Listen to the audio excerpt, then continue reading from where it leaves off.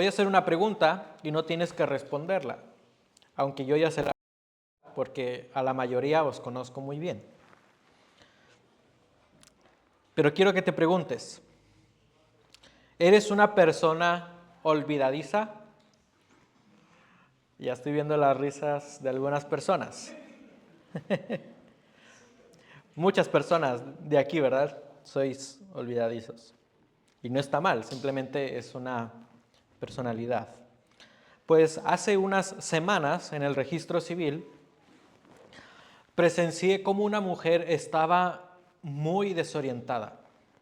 Y yo incluso diría, no es olvidadiza, sino despistada y, como se dice, pasota, deja todas las cosas como al aire, a ver qué va a pasar. Esta mujer fue para empezar su trámite de nacionalidad española. Es un trámite que el Ministerio de Justicia lo aprueba, pero tienes que registrarlo en el registro civil.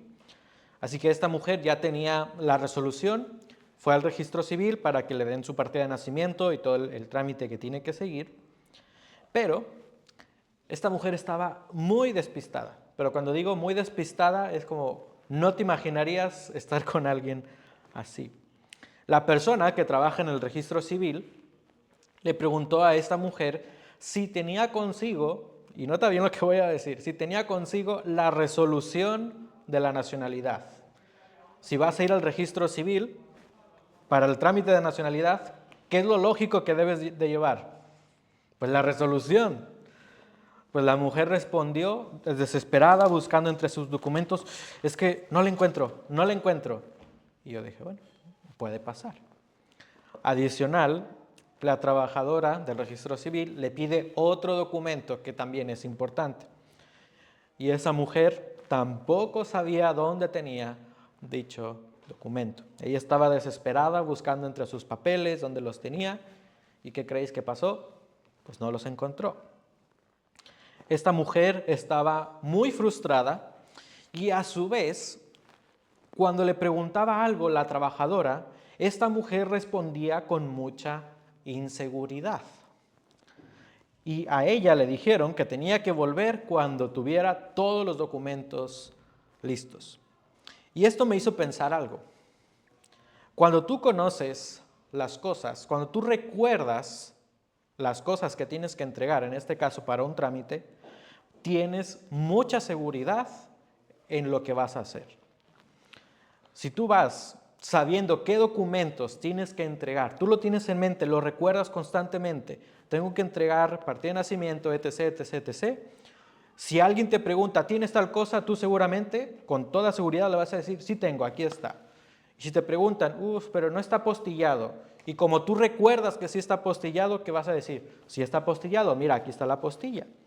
Así que cuando tienes el conocimiento y recuerdas lo que hay que entregar para dichos trámites, tienes seguridad al responder. ¿Y alguna vez has hecho algún trámite y has estado tan seguro de lo que haces?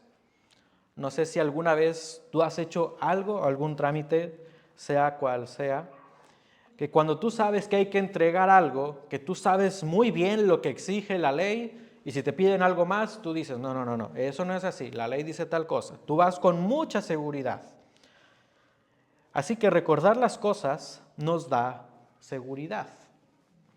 Y en esta carta, precisamente Pedro quiere que nosotros recordemos una verdad fundamental para sentirnos seguros, para no tener dudas, para no sentirnos frustrados.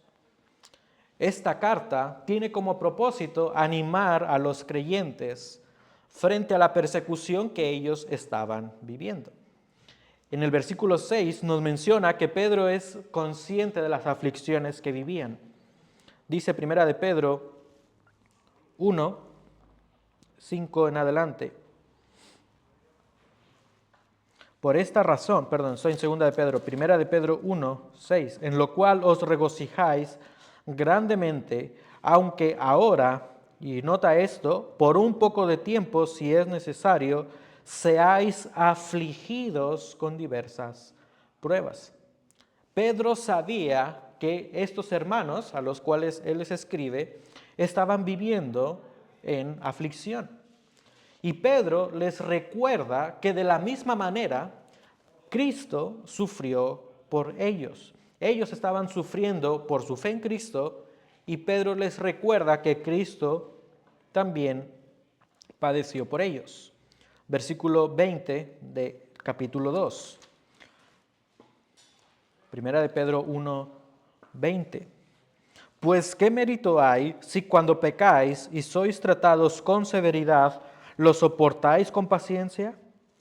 Pero si cuando hacéis lo bueno sufrís por ello y lo soportáis con paciencia, esto haya gracia con Dios. Porque para este propósito habéis sido llamados, pues también Cristo sufrió por vosotros, dejándoos ejemplo para que sigáis sus pisadas. Así que observa que Pedro está haciéndoles recordar a estos creyentes que viven aflicciones, persecuciones, que Cristo también padeció por ellos. Y observa que lo primero que dice Pedro en esta carta es una palabra muy interesante. Versículo 3, bendito sea el Dios y Padre. Bendito sea el Dios y Padre.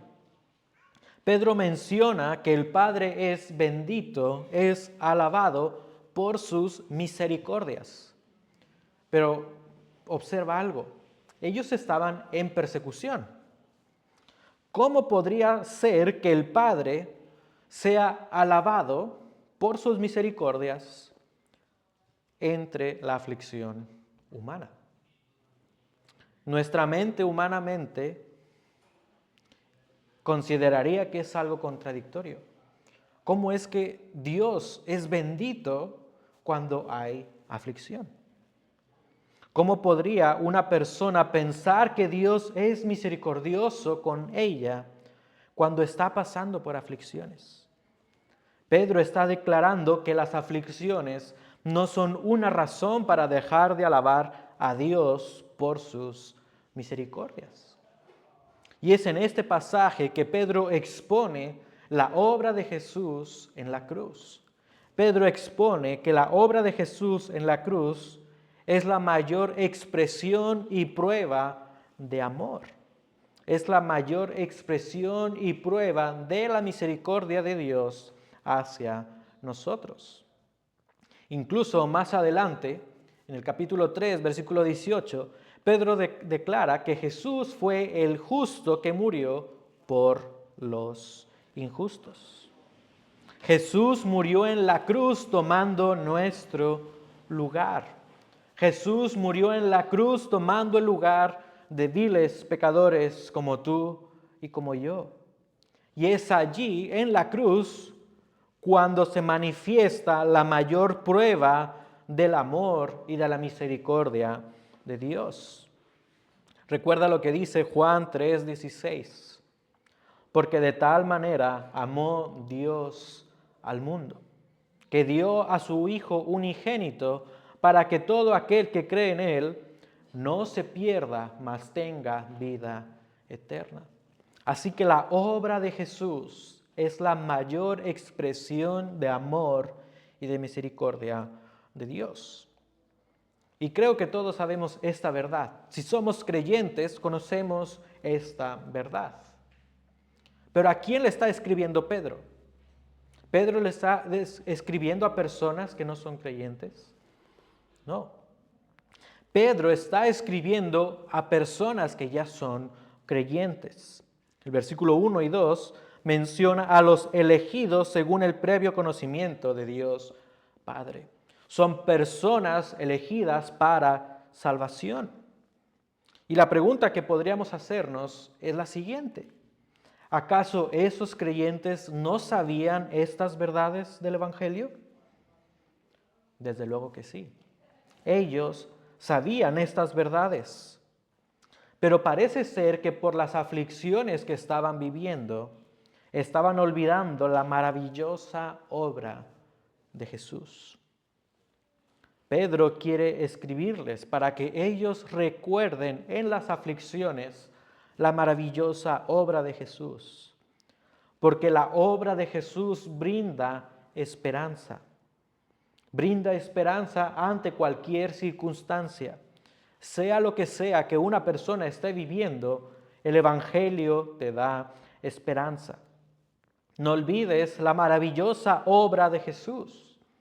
Ya sea que tengas problemas económicos, problemas familiares, problemas de salud o cualquier otra circunstancia que te sea difícil. Recuerda que el Evangelio te da esperanza. Por esto recuerda constantemente la obra misericordiosa de nuestro Dios. Porque cuando nosotros pasamos momentos difíciles en nuestra vida, podemos enfocarnos más en esos problemas, en esas situaciones. Podríamos pensar más en lo que debemos hacer o pensar qué debimos hacer para evitar tal circunstancia. Pero la verdad es que en esos momentos tú debes llenar tu mente con la verdad del Evangelio. Porque solamente a través del Evangelio tú encontrarás un gozo perfecto, pleno, profundo. Pedro dice en el versículo 8, a Jesús, a quien sin haberle visto le amáis, y a quien ahora no veis, pero creéis en él, y os regocijáis grandemente con gozo inefable y lleno de gloria. Así que en los momentos de aflicción, recuerda la verdad del Evangelio. Recuerda la misericordia del Dios bendito, porque es tu esperanza en medio de las pruebas y de las aflicciones. ¿Y cómo es que este pasaje y esta verdad podemos aplicarla en nuestra vida hoy que recordamos el sacrificio y resurrección de Jesucristo? Porque como creyentes, en ocasiones damos por sentados ciertas cosas, ciertas verdades. Sabemos que Jesús resucitó.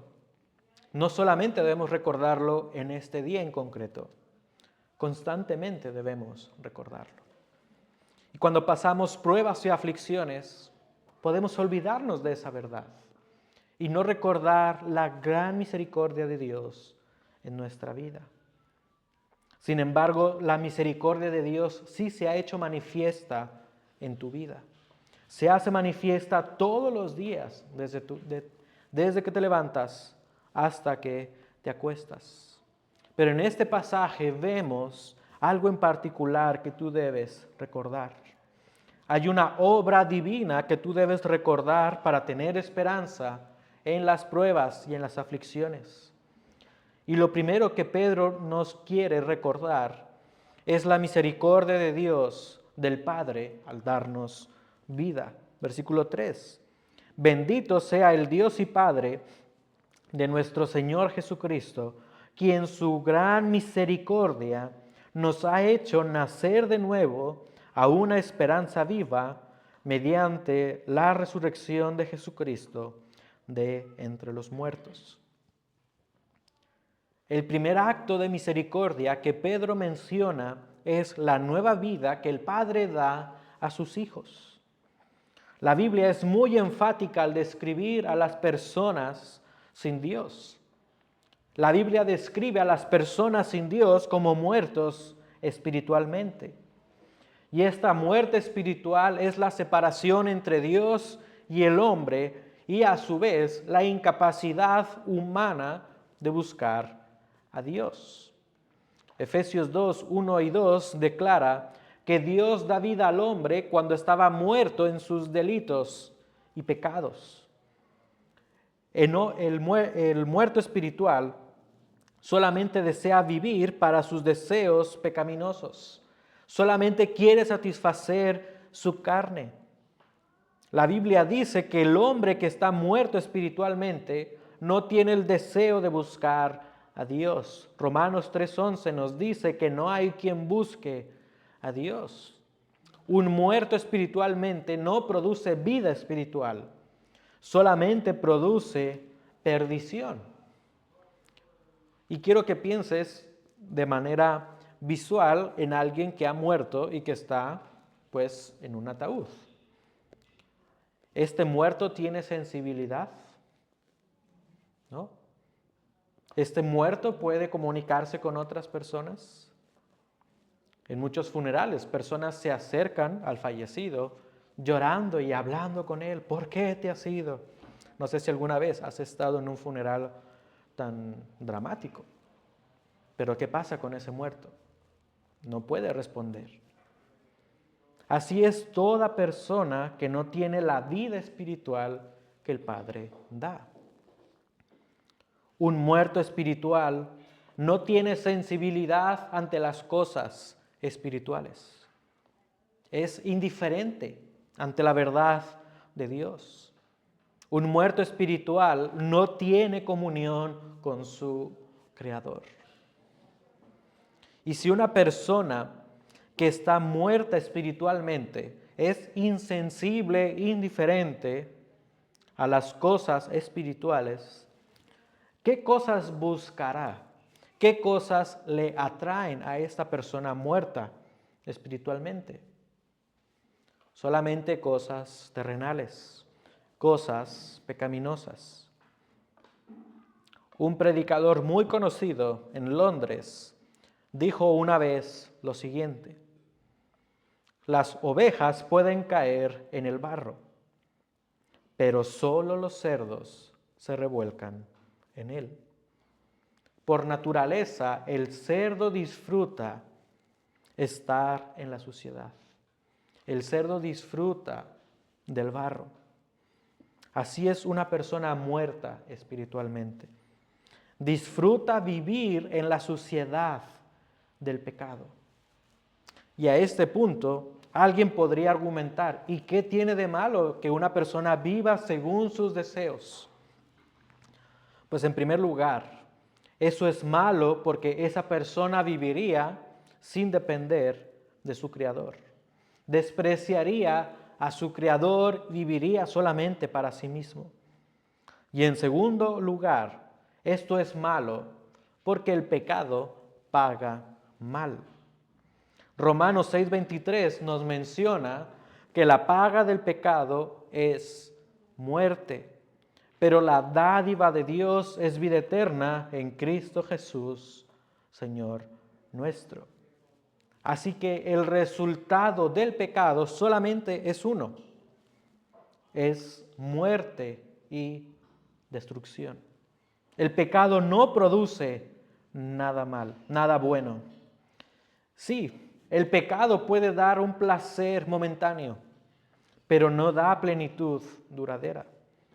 Recuerda el pecado de Génesis capítulo 3. Eva comió del fruto prohibido y ella comenzó a conocer lo que ella no conocía. Empezó a conocer el mal. La serpiente tentó a Eva y le dijo que si comía de ese fruto, ella sería como Dios al conocer el bien y el mal. Ella solamente conocía el bien y ella quería conocer también lo que era el mal. Pero al pecar, Adán y Eva conocieron la maldad por experiencia. ¿Y recuerdas qué pasó después?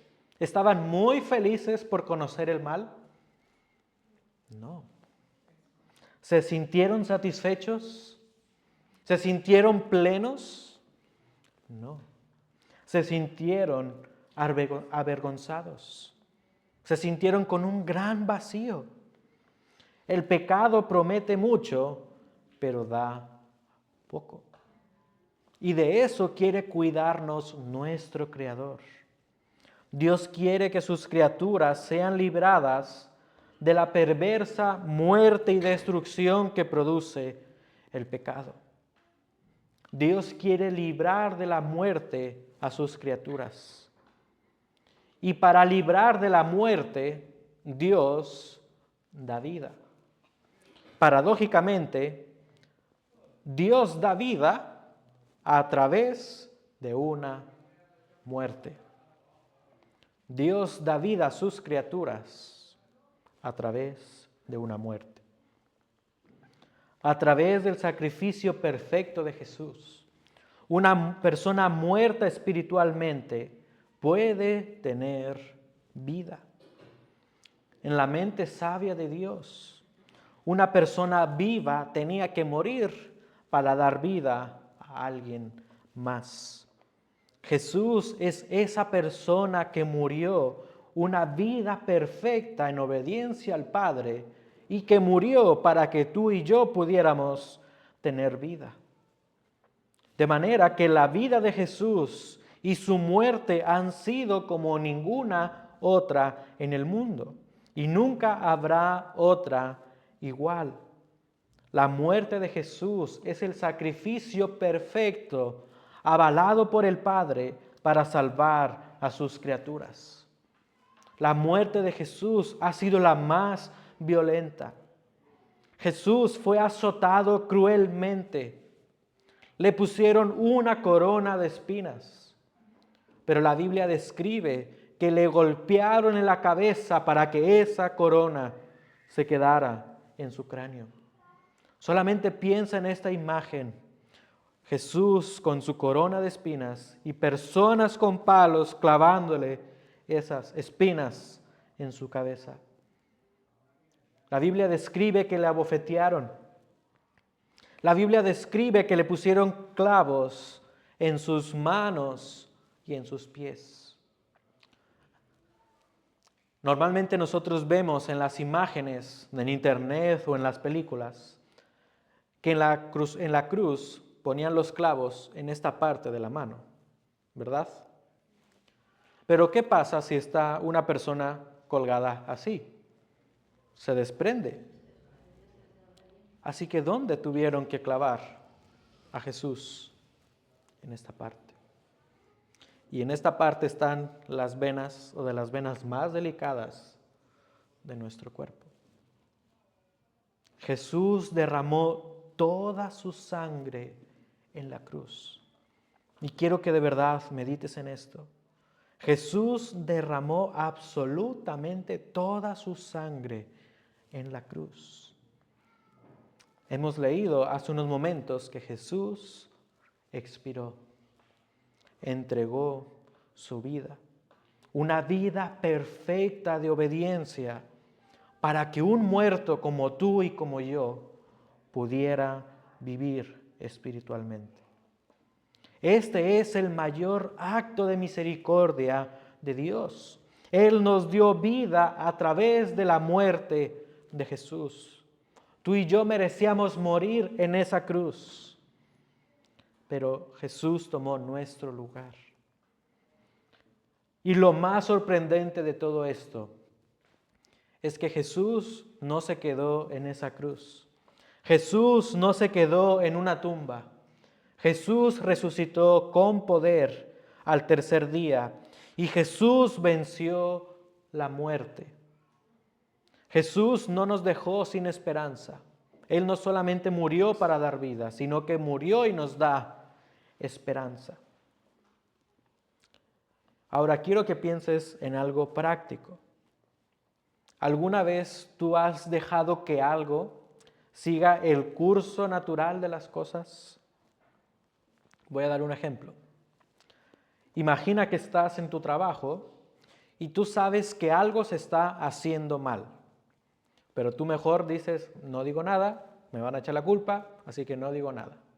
Y tú dejas que las personas sigan haciendo las cosas como las están haciendo y al final de mes sabes que esa bola de nieve está creciendo y va a explotar.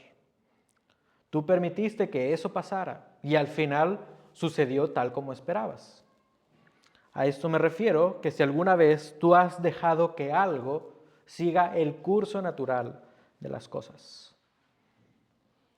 Quiero decirte que Dios no fue así con nosotros. Dios no nos dejó siguiendo el curso de nuestra vida. No. Dios entró en el momento correcto para que tú y yo nos diéramos cuenta de que sin Él no hay una vida plena, no hay una vida que satisface. Este acto de misericordia muchas veces lo pasamos por alto en nuestra vida. Pasan momentos difíciles, Estamos tan preocupados por nuestro trabajo. Estamos tan preocupados por nuestro día a día. Estamos tan preocupados por nuestros hijos, por el colegio, por la economía. Estás tan preocupado por tu salud que olvidas la mayor bendición en tu vida, que es la vida que el Padre te da a través de la muerte de Jesús. De manera que no olvides la nueva vida que el Padre te dio a través de la muerte y de la resurrección de Cristo. Ese es el mayor acto misericordioso de Dios en tu vida. Pero Pedro también nos recuerda un segundo acto misericordioso. Versículo 4. Primera de Pedro 1, 3 y 4. Quien según su gran misericordia nos ha hecho nacer de nuevo a una esperanza viva, mediante la resurrección de Jesucristo de entre los muertos, para obtener una herencia incorruptible, inmaculada y que no se marchitará, reservada en los cielos para vosotros. El segundo acto misericordioso de Dios es la herencia que el Padre te da. Hay una herencia celestial y esta herencia es como ninguna otra que hay. Y la herencia que el Padre da no se obtiene sin que primeramente no haya vida espiritual. Nota cómo hay una secuencia, porque hay vida, hay una herencia. La frase dice para obtener. Él te ha dado vida. Él te ha dado vida, versículo 4, para obtener una herencia como ninguna otra. Pedro menciona que el propósito de dar vida es la herencia que vas a recibir. La herencia del Padre no es para cualquier persona. La herencia del Padre no es para todas sus criaturas. La herencia del Padre está reservada para sus hijos. Porque recuerda, quienes no son hijos de Dios son enemigos de Dios. Juan 1:12 declara que los hijos de Dios tienen bendiciones muy especiales.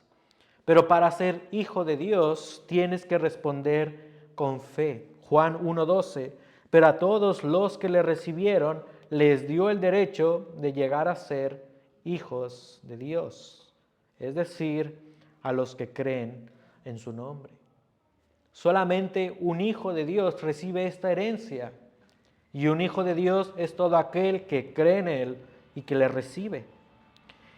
Y esto es en sí mismo un acto misericordioso, porque esto no depende de ti, no depende de tu bondad, depende de la misericordia de Dios. Versículo 13 de primera de Juan 1 dice que los hijos de Dios no nacieron de sangre ni de la voluntad de la carne, ni de la voluntad del hombre, sino de Dios. Así que toda persona que ha creído en Jesús es un hijo de Dios por la voluntad de Dios. Antes éramos enemigos de Dios. Nos resistíamos al gobierno de Dios. Pero Dios nos ha dado vida a través del Hijo.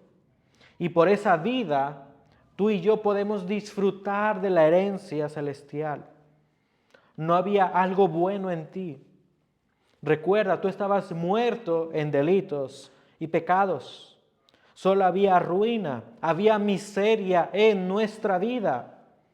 Pero el Padre nos amó tanto que nos ha dado vida eterna y nos ha hecho partícipes de su herencia celestial. Solamente los que son llamados por Él según su voluntad pueden recibir esta promesa de la herencia eterna. Hebreos 9:15 menciona que Cristo es mediador de un nuevo pacto, pero menciona que los que han sido llamados reciben la promesa de la herencia eterna. Y esto es una gran maravilla. No éramos dignos de recibir la herencia del Padre, pero Él nos la promete por la vida espiritual que nos da en Cristo. Esta herencia celestial es una promesa. Actualmente tú y yo no disfrutamos de ella en su plenitud, pero es una realidad. Es una herencia como ninguna otra. Pedro dice que esta herencia es incorruptible, inmaculada y que no se marchitará. Y de esto aprendemos tres cosas. Que la herencia sea incorruptible quiere decir que es imperecedera, es decir, que no terminará. Es una herencia que es para siempre. La herencia del Padre no es algo efímera, es algo que permanece para siempre. ¿Y tú puedes pensar en algo que permanece para siempre? Humanamente, no. También Pedro dice que la herencia es inmaculada. Esto quiere decir que es libre de cualquier defecto, de cualquier mancha. Y por último, Pedro dice que la herencia no se marchitará. Esto quiere decir que nunca pierde su calidad, nunca pierde su belleza. Así que la herencia que recibiremos no es pasajera, no pierde su calidad y es libre de cualquier defecto. ¿Alguno de vosotras ha recibido alguna herencia? Probablemente sí, probablemente no. Pero dependiendo del país, para que un heredero pueda gozar de los bienes de quien está heredando, se deben cumplir ciertos requisitos. Y hay uno en particular en España que a muchos no les gusta. El heredero debe pagar impuestos para recibir la herencia. Ahora imagina que tú has recibido de tu padre o de tu madre una herencia. Tu padre o tu madre te heredó sus bienes de un valor de 500,000 euros. Es un caso hipotético. Pero sobre esos bienes tú tienes que pagar un impuesto que se llama impuesto de sucesiones. Y en el País Vasco, este impuesto equivale al 1,5% de los bienes. Pero como en este ejemplo, el que te hereda es tu padre o tu madre, tú solamente vas a pagar impuestos de lo que exceden más allá de 400,000. Esto equivale solamente para los que son en línea directa. Supongamos que te hereda un tío, pues tú no tienes que pagar el 1,5 sobre los 400, tienes que pagarlo sobre todo. Esto lo revisé, espero que sea así fiscalmente, pero no confiéis en mí ahora mismo. Ahora, en este caso, sobre el 1,5%, tú estarías pagando alrededor de 1.500 euros. Entonces, bueno, no es tanto, de 500,000, 1.500 euros, pues no es tanto dinero. Pero bueno, no es todo lo que está pasando en este caso. Los bienes que tú recibiste están en mal estado. Tienes que reformar el piso, tienes que cambiar la transmisión del coche, tienes que pagar la avería del garaje, entre muchos otros casos. En este caso, tu padre o tu madre te dejaron una herencia que al final no la estás disfrutando. Estás fatigado mentalmente porque tienes que pagar todos los desperfectos que hay. Se están acabando tus ahorros y tú estás pensando en qué estoy recibiendo. Y aunque tu padre o tu madre eran los dueños de esos bienes, ellos no podían tener control sobre el alcance de estos. Con esto quiero decir, ellos no controlaban que en unos meses después iba a fallar el coche, que había una avería. Ellos no podían cambiar absolutamente nada. Esta herencia tenía como fin que tú disfrutaras de los bienes, pero por las diversas circunstancias no te es posible.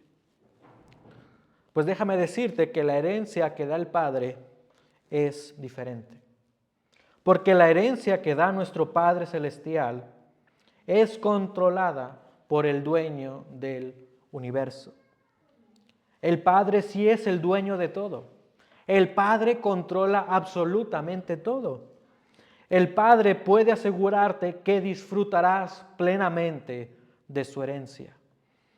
El Padre te asegura que no tienes que preocuparte de nada más, porque Él controla absolutamente todo. La herencia del Padre no depende de las circunstancias. La herencia del Padre no pierde calidad.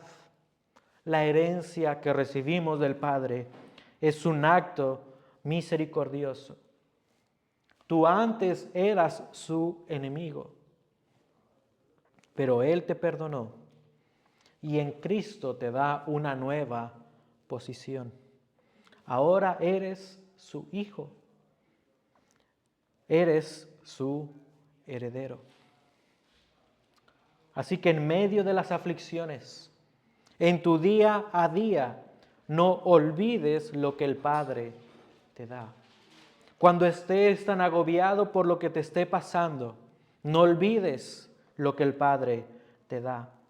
El Padre te ha dado una nueva posición. Ahora tú eres su hijo. Eres hijo del Rey eterno.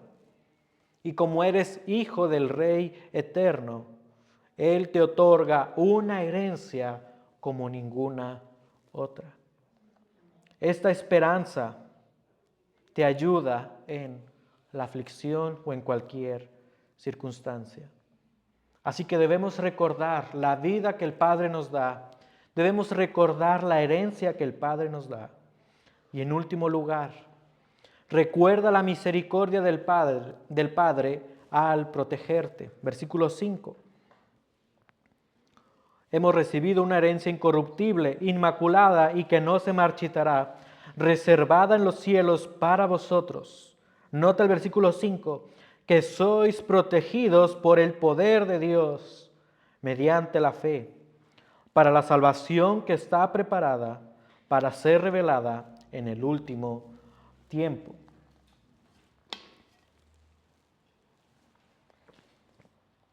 Este versículo declara que el creyente está protegido por el poder de Dios mediante la fe.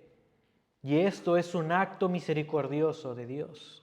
Él te protege según su poder por la vida que Él te da. Así que vemos un avance progresivo en las bendiciones que recibimos del Padre. El Padre es tan misericordioso que te da vida a través de la muerte y resurrección de Cristo. Y por esa vida que te da una herencia. Y porque tú eres un heredero, el Padre te protege.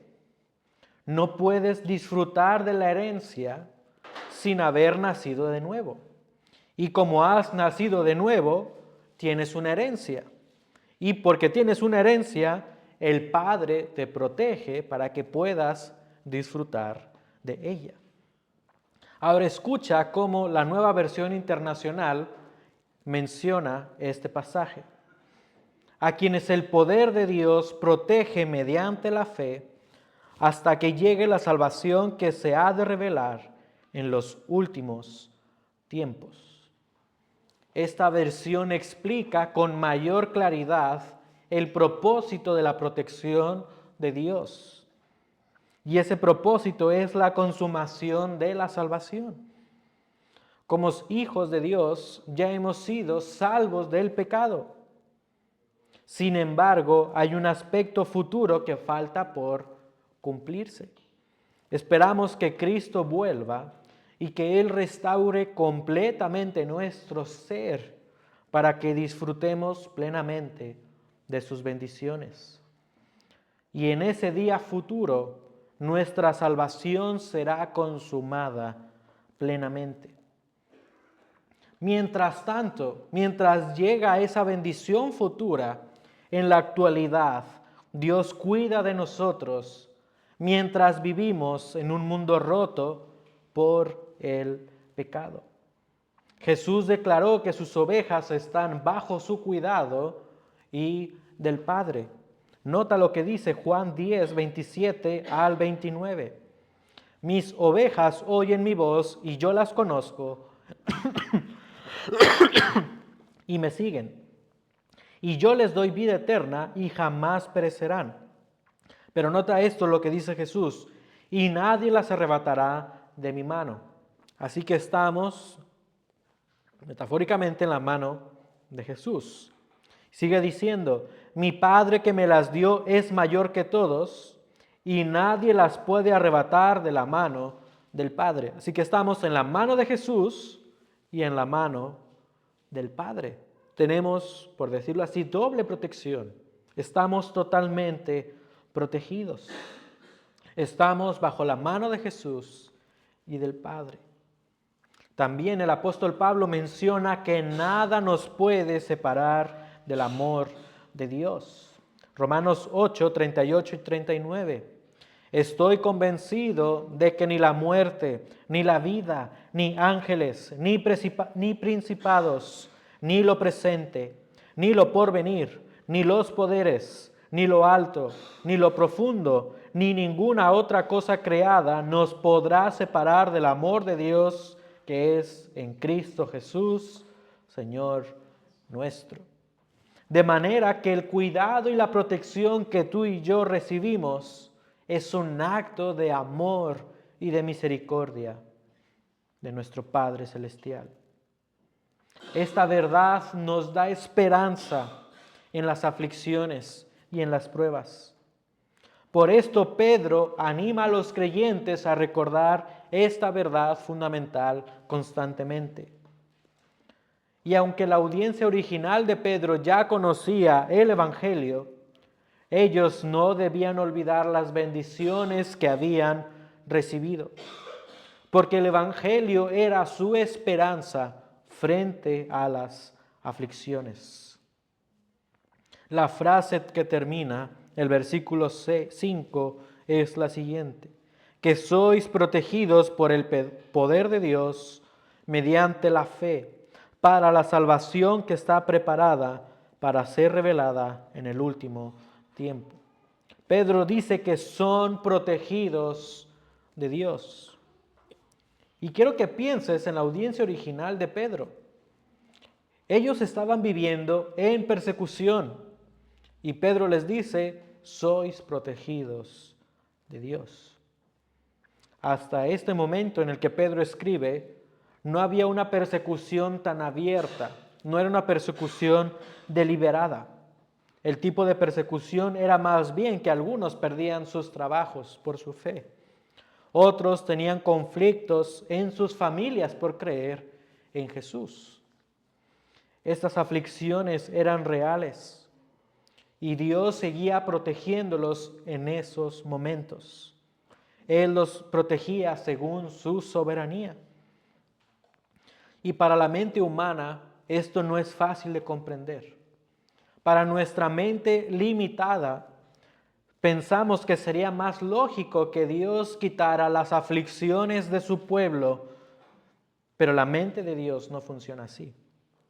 Más adelante Pedro declara en 1 de Pedro 4:16 que si alguno padece como cristiano, no se avergüence, sino que como tal glorifique a Dios.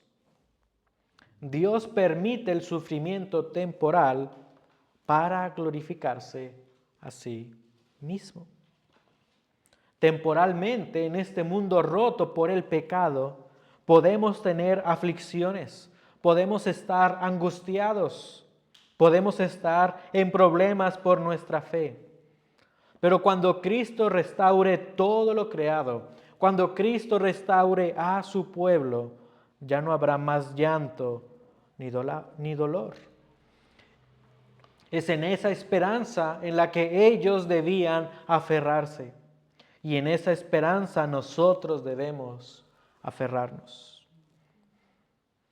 En medio de la circunstancia en la que tú estés viviendo, tú debes recordar las bendiciones de Dios. No olvides la misericordia de Dios. Cuando lleguen esos momentos de aflicción a tu vida, recuerda la esperanza que tienes por la misericordia de Dios. Recuerda que el Padre te cuida amorosamente en cada circunstancia de tu vida. Y cuando estés en ese momento de aflicción, ora en gratitud a Dios por su cuidado, porque Dios te cuida soberanamente. Así que lo que aprendemos de estos versículos es que hemos recibido bendiciones de Dios por su gran misericordia. En cualquier momento de nuestra vida debemos recordar esas bendiciones. Debemos recordar que el Padre tenía un plan estructurado para salvarte. La salvación que Dios te da no es una obra de la casualidad. Incluso en este mismo capítulo, en el versículo 20, Pedro dice que Cristo estaba preparado desde antes de la fundación del mundo para morir en nuestro lugar para salvarnos. Así que el Padre cuidó ese plan de redención desde la eternidad. Y quiero que pienses en esto. Si el plan de redención fue un plan sabiamente estructurado y elaborado por Dios, cuánto más lo que nos sucede a nosotros, algo tan pequeño. Si Dios articuló su plan de redención sabiamente, cuánto más no cuidará de nosotros. Dios misericordiosamente cuida de nosotros. Pero siendo honestos, en las aflicciones y en las pruebas, olvidamos la misericordia del Dios bendito.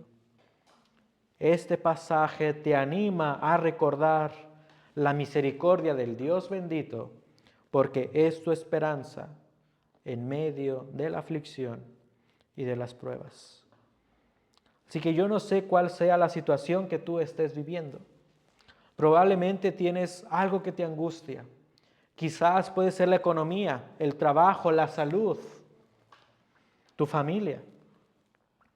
Pero en esos momentos, no olvides la verdad del Evangelio.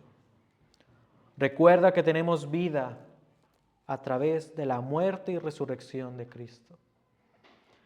Y que en esa vida el Padre te ha dado una nueva posición. Ahora tú eres su heredero.